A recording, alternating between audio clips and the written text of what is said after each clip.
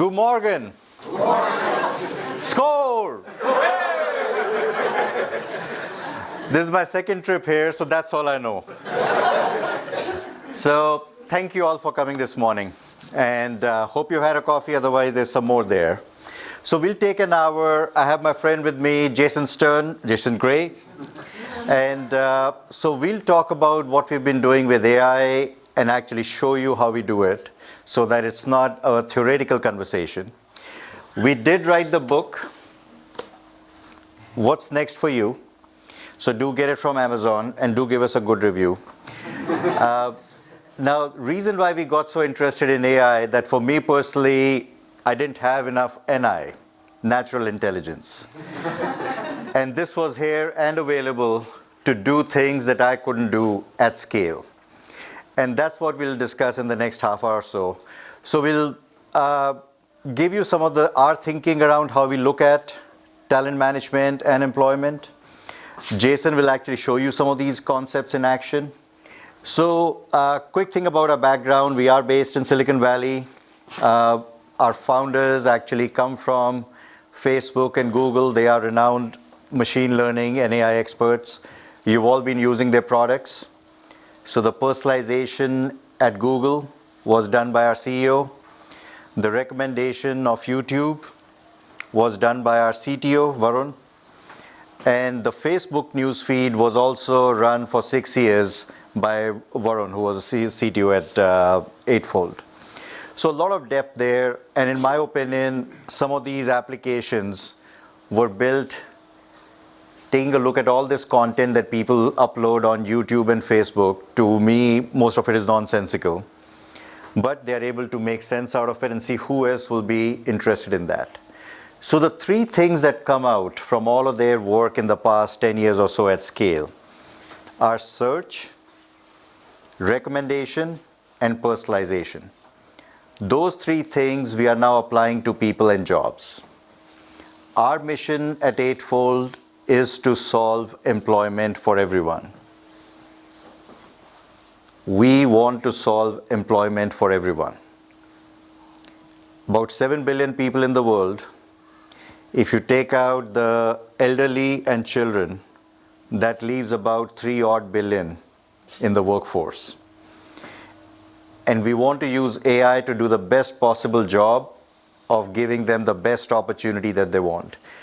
Now, last thing about the Eightfold, and I'll get into the concepts. The name of the company was inspired by the Buddhist philosophy of the Eightfold Path. And the key things that inspired us is that every individual is empowered to live a life of their choosing, including the work that they choose to do, and most importantly is the ability to unlearn and learn. Right? So that, I think, is the key today, that things are changing so fast, and that's what AI in workforce implies. It will impact what we do and how we do it, and our ability to adapt to it is the key, right? A lot of talk about future of work, how to do good with AI, and how to ensure that this doesn't go down the bad path, and all those things are very relevant questions and good discussions and debate to have now. So what we are here to do is actually we've built a platform, the next one. And the key here is that a lot of things are changing in our workforce. All businesses are trying to have digital transformation, be more like Netflix, be more like Amazon, how to have things delivered in few hours. So all of that is good, but then do we have the people who can continue that work for the next 3 to 5 years? The demographics in the workforce are changing. In another 2 years, half of the workforce in the world will be millennials or Gen Zs, so 35-year or younger. They look at jobs very differently. 2 days ago, I was in Germany, and the CHRO of one of the iconic pharmaceutical companies that has been in business for 140 years. He had spent 20 years in the same building and about 25 years in the same company. And he started in procurement and now is a CHRO of this 120-person organization. But those stories are going to be rare going forward. Millennials like to change jobs more often. Not necessarily companies, but they do like to do different things. They have different expectations. Second part is the generation that's 35 years and older. What they grew up with, the experience they have, we do need to equip them and reskill them and give them the opportunity to do different things. Because the experience they have is invaluable. But the nature of the job is going to be different. So the upskilling, reskilling, and actually the ability for them to have a career in your company is pretty important. And then comes diversity and inclusion. So these days, in the last 2 weeks actually, especially in US, there's been a lot of talk that there's a reason to celebrate because of the Fortune 500 companies. So out of 500 companies, 33 have women CEOs. 33! And it's an all-time record because the last high was 24! Right? Less than 1%, and we think it's a reason to celebrate. Now, additional data. 58% of all students graduating are women. Right? So 6 out of 10 of all students coming into the workforce are women. And yet that number starts to go down so dramatically at the top. And that's clearly bias that's in there because now keep in mind the nature of work has changed. In the past, yes, it was true that women were not the best fit to be on your iconic sailboat or in the army or other stuff. But now with all the automation and mechanism, that issue is no longer a problem, right? The physical requirements are very different now. And the capabilities are all there. So these are clearly biases that we have when we make hiring decisions, when we make promotion decisions, and those are the things that we want to solve with AI. Because the number one excuse with D&I is we looked, but we couldn't find enough capable women or people of other diverse classes. And what we want to use with AI is, that's not true. There are plenty of people, but you need to know how to evaluate their capabilities, and then slowly that whole thing changes. It will take time. But the reason we wrote the book was, this is not about us. Most entrepreneurs, when they start a company, they'll write a book 10 years after that to say, look how successful I've been. Look, I came up with this great idea. But that's not the point. We want to start a movement. We want everyone to think differently. We now have technology that allows you to do things that weren't possible earlier. If we all do it, it'll happen. So let's talk about the details of what we have done. The opportunity with the younger workforce is this. They are looking to do different things. They are not restrained by what college degree they had and what experiences they have. They want to try other things. What that also means is that they are willing to change, and failure is not being able to get something done. Failure is not trying enough. And we have to recognize that, and we have to make it easy. Because the second thing that comes is, all of us have been used to being in work environments where once a year, maybe 2 times a year, maybe 4 times a year, your boss will sit with you and say, this is how you've done. And if there's a bonus tied to your performance, then they'll tell you, okay, this is what you're getting paid, or for all the work that you did. Those things don't work anymore. This is the age of self-service where the individual wants to see, what do I want to do next? What are all the things that are available to me? What am I missing? What do I need to do? What do I need to learn? What do I do differently? And that self-service capability and the ability to empower them and give them something in your companies so that they can actually take care of it, that's the way to go. Because that's the user experience that's important. When we talk about bringing the commercial consumer experience to enterprise, that's what that is. Self-service capability. The way we think about it is that every career path is a valid career path. If we try to do it manually, all of us, a lot of you are very experienced, you've all run your businesses and companies. You've all recognized certain patterns that if I take someone with this background, they'll do this next and they'll do this next, and that linear path is easy to follow. But what about all these different paths? And especially when you have, like everybody wants to hire data scientists. There aren't enough data scientists. But the math and statistics that you need to learn to be a data scientist is the same training that's given to electrical engineers who become semiconductor engineers who build the digital signal processing chips. So semiconductor companies like ST Micro and Qualcomm are full of people who are only a little bit of training away from being a very good data scientist. The actuaries in insurance companies who come up with how much are each of us going to pay for a car or a home insurance, they are also very good at analyzing large amounts of data and figuring out what factors need to be applied to charge you for insurance or you for insurance. They are only one step away from becoming very good data scientists. So these are all the patterns that are valid. Second part is that especially what's happening when you're having a family, especially for women, when you start on your career in 5-10 years, you're ready to have kids. Travel was not an issue earlier. Now there is a constraint for a period of time until the kids are back in school, and then travel is again not an issue.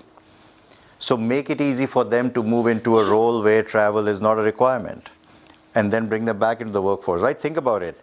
At 35, 40, when they're at their peak of their experience and professional career, we are forcing them to take a couple of steps back and start again. When we talk about diversity classes, that's the issue. That people who didn't have the same privilege that we all had growing up with all the right education and all the benefits, how do you make it easy for them to be competitive and do what they want to do? Empowerment is the key part. So all of these parts are valid parts. What we have done with our platform over the last 3-4 years, we have gone through 500 million to 1 billion profiles across people in the world. We have laid out all these patterns. So what school, what company, what experience, what training is required to do this kind of job, so that we have essentially broken down the DNA of the jobs and the career paths.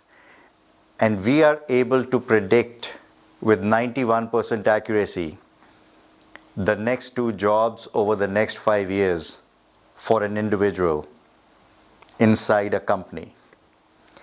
That last part is very important because the context is the important part, right? Oftentimes you hear saying that, okay, we are getting rid of top 10% in a company.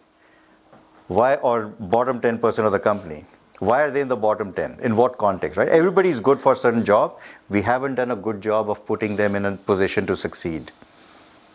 So when we start talking about what we have under the hood, we have a talent graph that allows us to become very accurate in predicting what's next.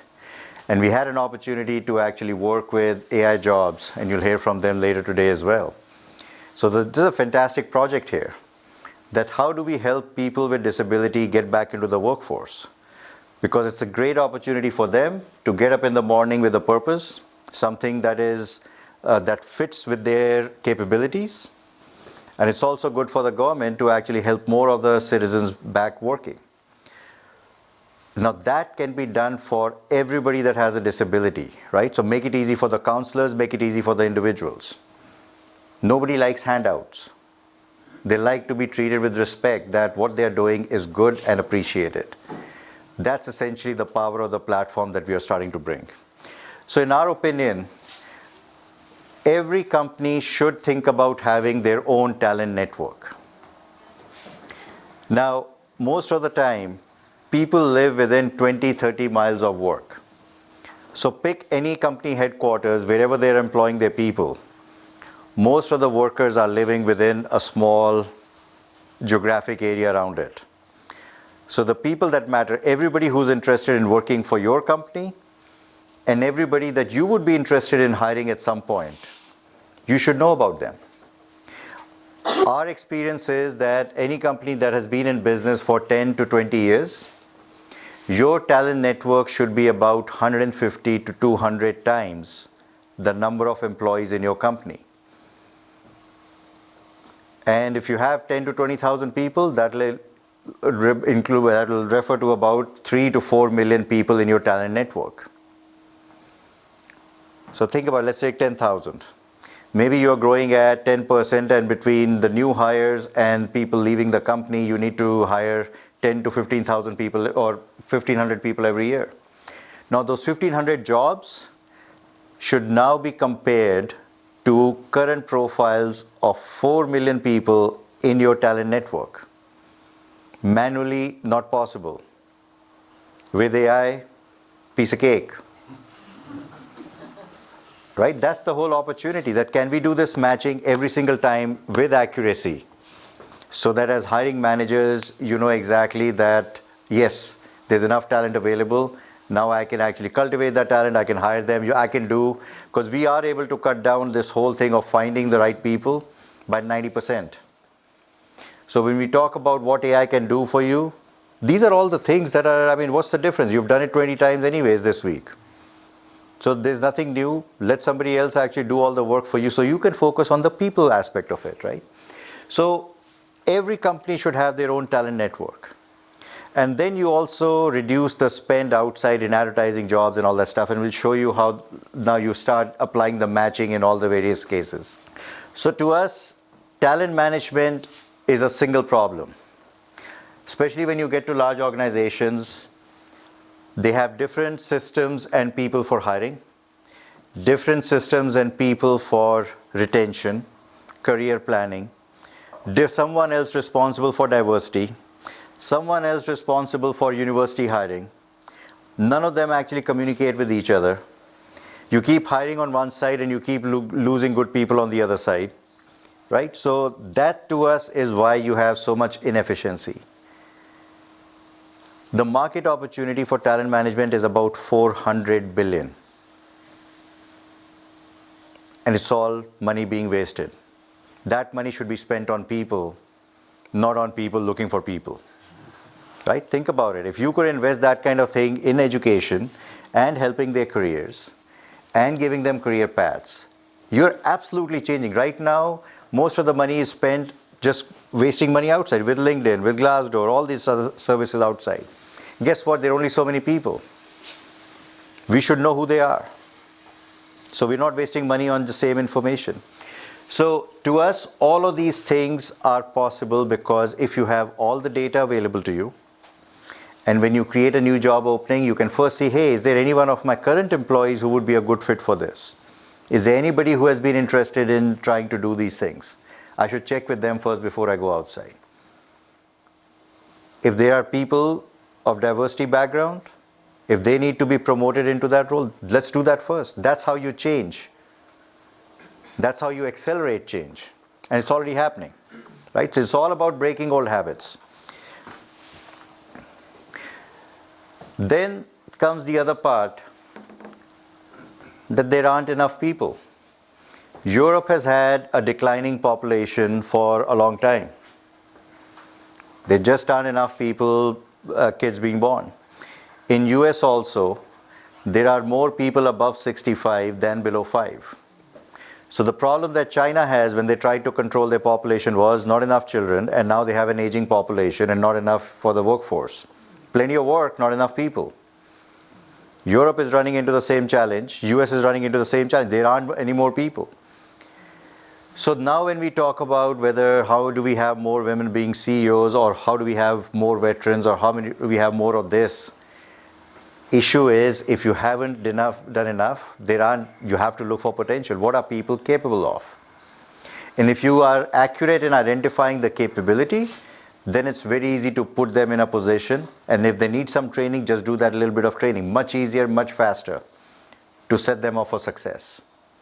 So the hiring for potential and what people are capable of is very important. There are a lot of systems out there. The world is full of applications that do keyword and Boolean search of what you have put in your resume. But that is all stuff in the past. That is not indicating what people can do going forward. With our platform and the talent graph that we have, we are able to actually predict very accurately what people can do moving forward. And all our algorithms are equal opportunity compliant. So we are not taking people's sex, age, background, race, or any of those things into account. So it's purely based on capability. So this thing becomes very critical, especially all of you who run your businesses and you have people in your team, that as you're looking at across talent, you have to be looking at what people are capable of. Because then you have innovation. Then you start driving the flywheel. Now we've talked about a little bit of this, about the biases. This is my cousin. Maybe, I don't know yet. So besides just talking, right, what we do is we can mask all the data that would trigger bias. The picture, name of the school, age.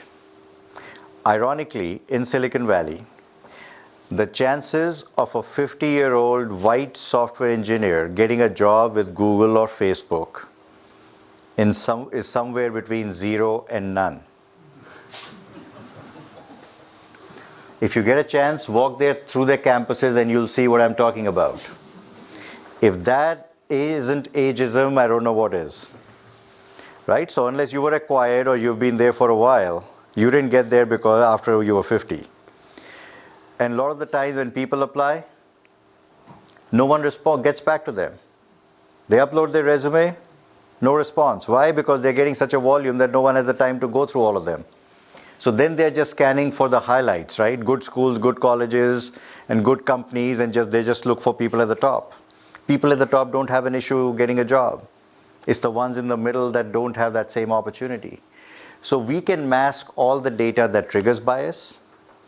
We can show you all the statistics to show you where in the hiring process there is a bias. Is it with the recruiter? Is it with the hiring manager? At what point, face-to-face interview, at what point is the bias coming in that is actually triggering this thing? And whatever is inspected improves. So once people know that you are starting to monitor these things, behavior changes. So that's what you can do. And the second thing that we talked about, and Jason will show that, is we remove that first excuse that here are ideal candidates. Now I want to find people with same capability, but maybe of different race, background, and all of those things, so that now you can actually support that. And the thing that we want to provide when we keep talking about, right, the careers and longevity and millennials, they are looking for, because we did a survey last year.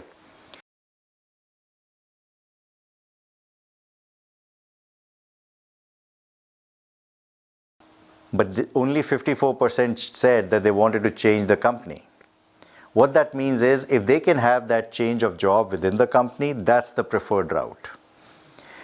And if you show them a path, or they can see it themselves, that, hey, how do I have a career like Tuga's? How do I have a career like his? That he's running a very successful business.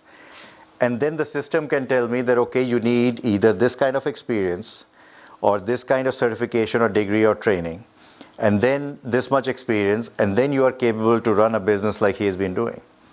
Now I have a career path. Now I have an incentive to do certain things and learn new things because I know where I'm going. That makes a big difference. Right? How many times have we gone to someplace new? The first time looks like it's going to take much longer, and it does. But the second, third, fourth time, much easier because you know what that destination looks like and what's the path there. So we are trying to actually make it easier and easier for everyone to visualize their career path in your organization. So the thing that's very critical, and that's Celia on a vacation, is what kind of experience are you providing to your employees and to new candidates who want to work for your companies? When they apply to you, do they get a response back? Are you making it easy for them to understand that you have a job that fits their career capabilities? Or does it go into a black hole? Employees, a lot of times they leave because it's easier for them to find a job outside versus change their role inside. So what is that experience like? Why do they feel like they need to hide from their immediate manager? All of those things can be changed if you make it into a self-service thing. That here's what I'm interested in, here's what I need to do, and be transparent. You're not qualified. That's why we didn't offer you the job. Or you're missing this thing, or you're really qualified. Apply with confidence.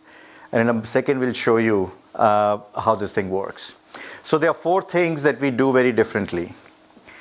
In our opinion, resumes are useless and job descriptions are even worse. It's a fact. Because now we brought you all these books. When we meet again, I'll share with you the first resume ever written. It was by Leonardo da Vinci. We actually got a copy of it from the Vatican Museum. And then we had it translated. So, and it's funny, I mean, this guy is a genius.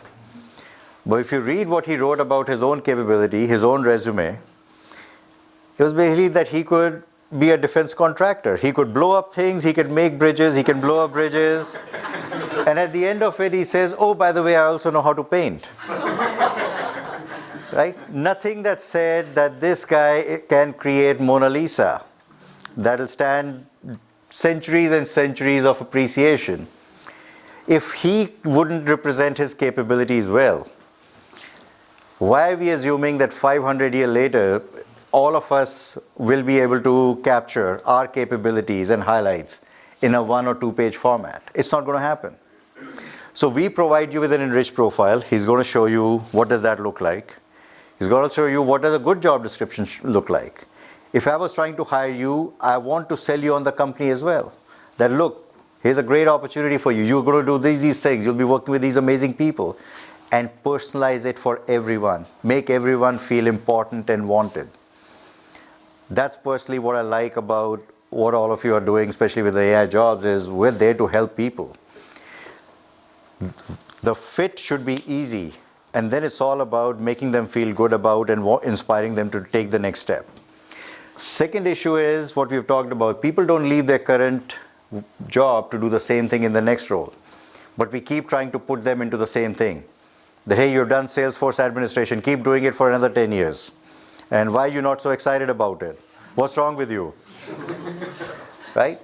Third piece is that if we don't look at talent management holistically, we will never actually get ahead and become more efficient with it. So hiring and retention go hand in hand. And first thing to do is take care of retention, take care of your people. And the fourth thing is people are inherently good, but we all bring our biases into the hiring process. Most of the time, the bonuses and promotions are not based on performance, they are based on the relationship between the worker and the manager. If you take out of the picture, you'll see very different behavior. Much more positive for people to excel in that environment. So we bring all of this at scale to our AI platform. And I didn't talk as much about AI so far. The reason is, it's simply a technology and a capability. And we are very good at it. The purpose is, can it solve a specific problem for us? Because instead of wasting all this time looking through incomplete data sets and trying to figure out all these things on our own, can we have AI actually do that for us? So we can spend more time on the people, which is all that matters. What I also hear is there's a large turnover in the recruiters because it's a lot of work to actually stay on top of it. And we want to take care of all the menial work that's not helping anyone and actually give you a much more efficient system. So let me pause there and ask Jason to actually show you a couple of these things so they don't stay in abstract. And then we'll take some time on regarding your questions as well. So I'm going to show you a few different things. I only have about a half an hour.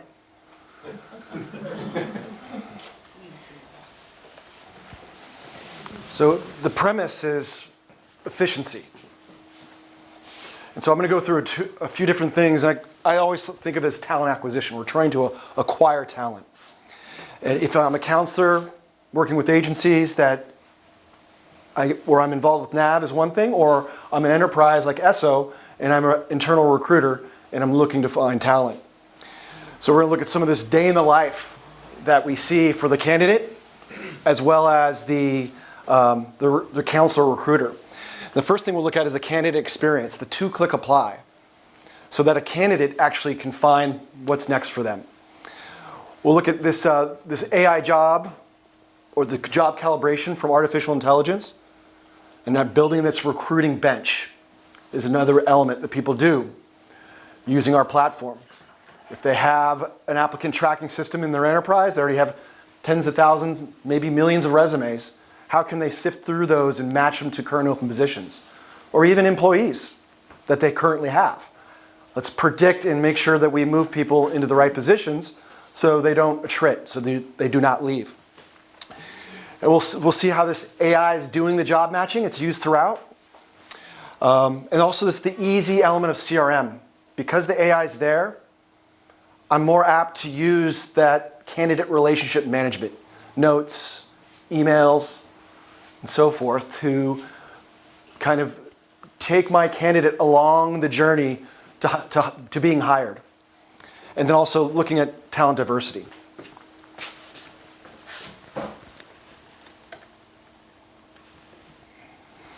So the first thing we'll look at here is actually an example of AI jobs. And color's a little washed out here, but this is our product. But if we go to, say, Nav, and I'm looking for a job, this can be very overwhelming. 25,000, what's the right job? I need to search for it. The search results may still have a long list. It's a hard thing to overcome, especially if I have anxiety. I'm trying to get back into the workforce. So the idea is, if they could upload their resume, then they can find the job. So this has 12,000 jobs, and I'm going to actually upload my resume. And immediately, we're parsing this resume, and the AI has found that there's 25 jobs in that 12,000 that are like a good match or a strong match for Chris. And we see the first one here. And it has the job description that we would expect, but also why I'm a strong match. And I'll show another one that's got a few more elements to here, where I'm a chief product officer. Pardon me, this is English in here, but I'm in Norway, and it's top 20% of applicants. It's giving me confidence that I have the skills. The 0 to 5 years of relevant experience. I didn't have to have a lot of experience, but I have enough. Times the content and publishing experience, media and entertainment experience, it sees my career trajectory and has identified those elements immediately that match well to this job. And below that, we also see matching skills. So now, I can actually see what skills I have on my resume, or on my CV, sorry, that match. And what becomes even more interesting, if this is an enterprise, this is their brand, right? And so I can see job insights of previously hired candidates, giving me further validation that I have the skills. So, and as a matter of fact, maybe I see some of these skills here. Well, I have those. I didn't have them on my resume. So I have to think about that as I go into a competency test or perhaps the interview itself. I can see years of previous experience of the hires. I can see also their job titles and the places that they're coming from. So I can see that, wow, this company is attracting really interesting talent from really great companies. So that gives me confidence. Now, when we talk about a lot of these people might not have a resume or CV, they might not have it. And so we actually have a mobile app in accordance and working with AI Job, where when Nav needs to assign a particular person who's out of work to an agency, they can do that, and then they can log in and they can either upload their CV or they can start filling out their skills and experience right on their phone. And then actually see what jobs match. Very similar to what we just saw on the screen there. And this is important. Coming back to this screen, we've already seen across our customer base that there's 60% more people applying online. And those 60% more, over 90% are applying for the right job because it's giving them the strong match. It's giving them suggestion. And so what that means to the recruiter is that when they go into the list of actual applicants who have applied for the job, they know they're good. They gain confidence that this channel online is a really useful channel now. Previously, there's a lot of stuff, a lot of bad resumes. What we're also seeing too is that this strong match and showing the person how they match makes it more likely for them to apply. And Harvard did a study on men and women applying online or applying for a job, and over 80% of women will only apply for a job if they're 9 or 10 out of 10 on the skills required. While men, it's less. I won't embarrass myself. Okay. A lot. A lot less, 4. 4 or 5 skills out of 10. So we've actually seen an uptick, our customers, 20 to 25% more women applying online. So this functionality is inclusivity. It promotes inclusivity. And sometimes we don't think about that when we're just looking at a computer screen. Now, if I was on my mobile phone and a counselor reached out to me and I signed up, I can come in and say, you know, I'm interested. And then this counselor is going to be alerted to the fact that I found a job that I'm interested in. In addition, though, the counselor can still have that one-on-one. That person comes on site, maybe they're going to take a competency test or something like that. And the counselor is going to be able to see this person. And so this person uploads their information, update their experience, and immediately, as a counselor, I have this gentleman or woman coming in this afternoon. I can see all the match positions. We're based on a 5-star ranking. So a mechanical engineer, number 1 for him. And we also, this is all presented to the Norwegian users in Norwegian. So all the labels, obviously mine, I'm not showing that so I can read it. But all the labels, the positions, the skills, and so forth are all Norwegian based, because AI is language agnostic. So we can, it could be in Sweden next, Finland, China, etc. We even handle, sometimes resumes have multiple languages in them. People will have partial English, partial Norwegian, or partial Chinese, partial English. And the AI is able to discern, be able to tell, and actually tell the recruiter how this person, how good they are. So I'm going to go here, just into this role of data scientist, as an example. And this is a little bit different than maybe what some of the agencies are experiencing, but if they have a specific company they're working with, they may be trying to fill the job of data scientist. Right? That's another use case where I actually have a job that a company wants me to fill, or my company, I need to fill it for them. And so I can see the stack ranking of 1,700 passive applicants. They came from my applicant tracking system, where people have applied in the past. And what we've done is when we plug into that, we pull all these people in and we enrich their profiles, meaning they maybe applied 2 years ago. We go out through public data sources and find that, oh, here are the last 2 jobs they had or the last 2 years of work they did, and update this profile. And we'll look at one of these. But the key here is that how long would it take me to read 1,700 resumes to find the right match without AI? Who knows? I might be lucky to get a couple handful that are good.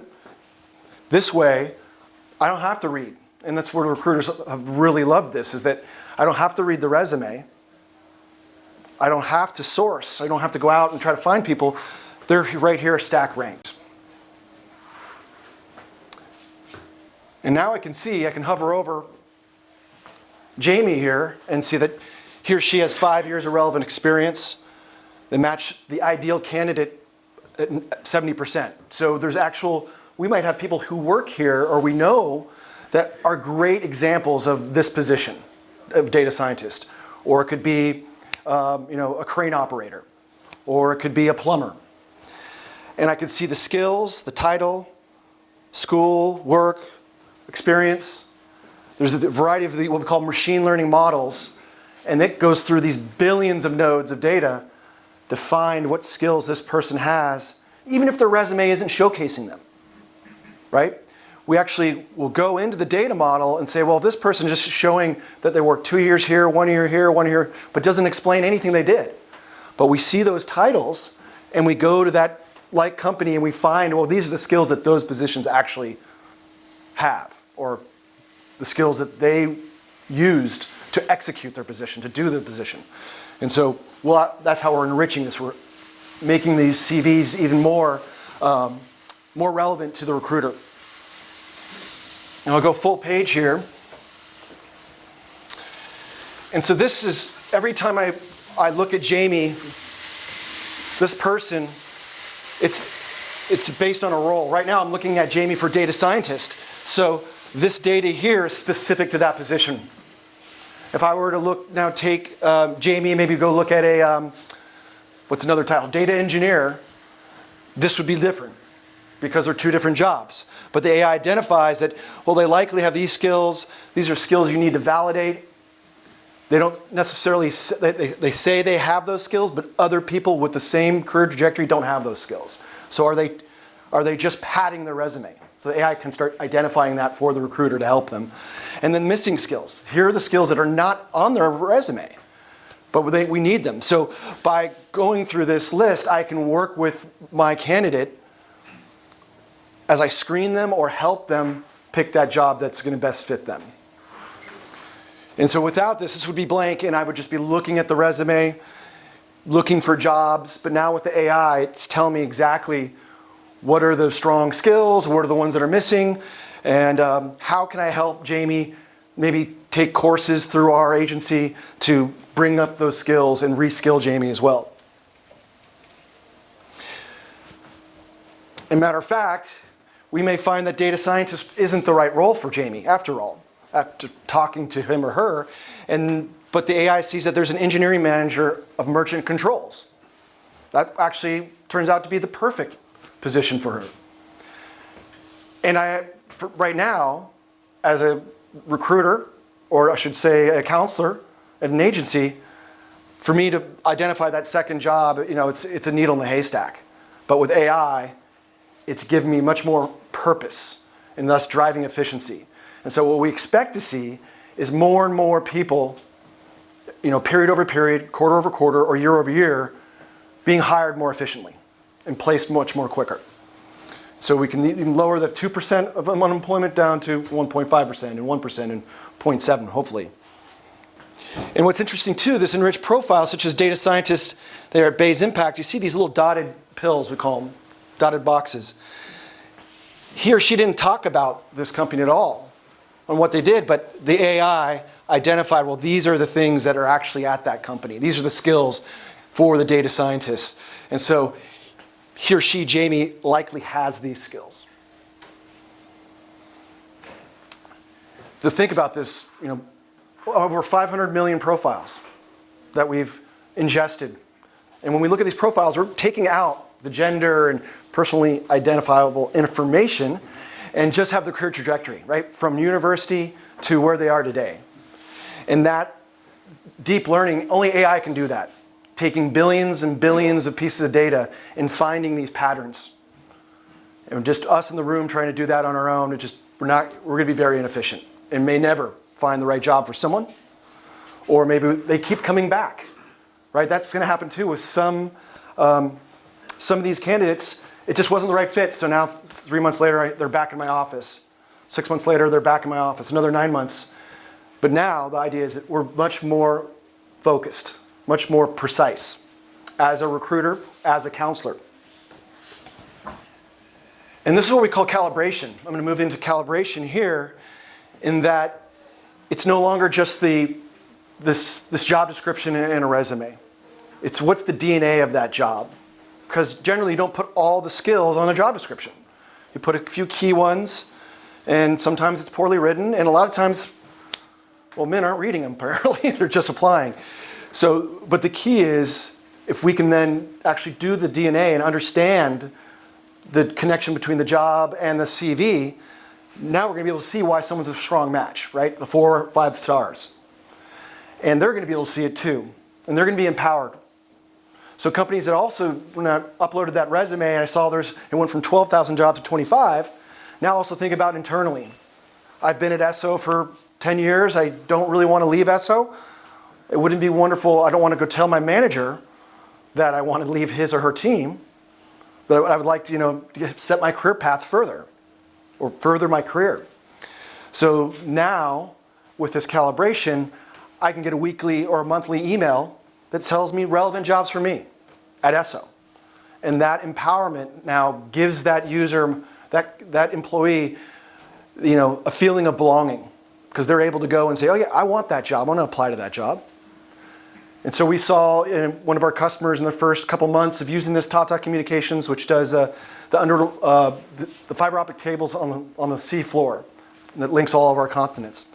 And they saw over 700 transfer requests, and 9 out of 10 were matched to the right job. So tremendous efficiency there, and what we also saw was an employee satisfaction level go up, and more referrals. Because think of most people refer the same person, like me, right? I'm going to refer someone that's my friend. But we need more and more different people, everyone in this room, to refer, and then we're going to get a much more diverse body of employees. And so by empowering them, we're also seeing more referrals because they're happy. They go, I absolutely want my friends and family and colleagues to come work here at ESSO or whatever company that may be. So in here, I can say, well, what do I want to hire? Who are these ideal candidates? And then here are my skills, keywords, and/or experience. And this is right within this calibration. I can state companies that I'm interested in hiring from or looking for people who have specific experience, industries.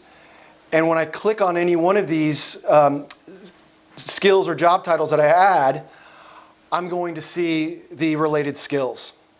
So it helps me build out.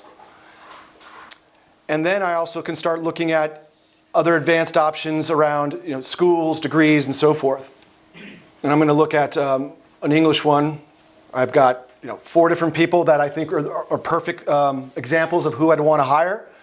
I then can see these different skills that I've added, the AI actually added, and then I can come in and actually see what's in the neighborhood. AI can identify. So machine learning, just as an example, well, what's near machine learning? The AI understands that there's algorithms, data science, leadership, natural language processing. Leadership's close. Isn't that interesting? Well, it's because it's an evolving field, data scientists, and so a lot of people that are in it are becoming leaders, which is really interesting. So the AI sees that. So these could be hard skills, it can be soft skills. So if it's sales, is the person outgoing? Do they have presentation skills? And these experiences and this data is what's driving this matching, where we're seeing this 90th percentile matching. And then finally, we have algorithms here that I just checkboxed. So I went back to the list of 1,700 and said, I want people with strong career growth. So that means they're getting promoted. I want to look for people who are likely to respond. That means either clicking in our emails, or they've been in a position longer than their peers at that company, or they're at a company, the AI identifies companies that do not promote quickly enough, or maybe they've been promoted quite a bit. Those people are likely to respond if you are offering them a net promotion. So I would love to understand strong career growth. Those people will respond. As a matter of fact, we have a discrepancy. We have 70% men on our engineering team, and I need to make sure I identify potential women leaders in data science. So I also check box female. And some companies do not want to use the diversity checkboxes, and so we can take them out, but they're absolutely very useful when you're trying to level your playing field. And so now I can see there's two women that I'm going to go ahead and email and try to contact who are very strong candidates. I'll finish up right here. Yeah. And just to give you an example here of the AI at work, I can actually see that this person's a top 20%. And it's hard for you to read here, but senior quantitative analyst at Bank of the West. It took her 9 years what it took most people over 11 years. So she's a little bit ahead of the curve. And so these top 20%, these top 10% indicate quality. And so that AI helps me identify people that are strong career growths and that are going to be of high quality to go after. And finally, I'm doing these email campaigns to do reach outs, also from a GDPR compliance perspective. If I'm a company that uses Eightfold, then I can go ahead and continue to email people on a quarterly or yearly basis to say, if you're still interested in hearing more about us, click on this button. And that way we can keep them in our database a little bit longer. And so these emails go out and provide wonderful ROI statistics, and I'll end on that, where This is actually actual data from one of our customers. We have an event called Grace Hopper in the US. It's women in STEM, entry level, intern level, coming out of school and so forth. And so they sent the 5,000 email, 94% open rates, 47% click-through rates, and it shows all these wonderful locations that these up-and-coming women are coming from. And then we can see other things like engagement by diversity and other traits. Did they go to a top school? Or engagement by seniority, we expected intern and entry level. What are some of the current employers for these associate level, intern level individuals? And then finally, applications generated. So they sent this out 2 weeks ahead of this wonderful event and got over 200 people to apply, over 100 people to apply. And they knew exactly what positions they're applying to. And so then they can go out and proactively reach out to those people that are highly engaged as well. Because all the recipients, their opens and their clicks and their emails, we can tell who's engaged. And so then I can reach out to those people and before the event and actually set up times at the event, like we could have done here with everybody in the room. So there are a variety of things. I didn't get to touch on everything today. Really excited that we can be of service and come back more and learn more Norwegian. Thank you. Thank you.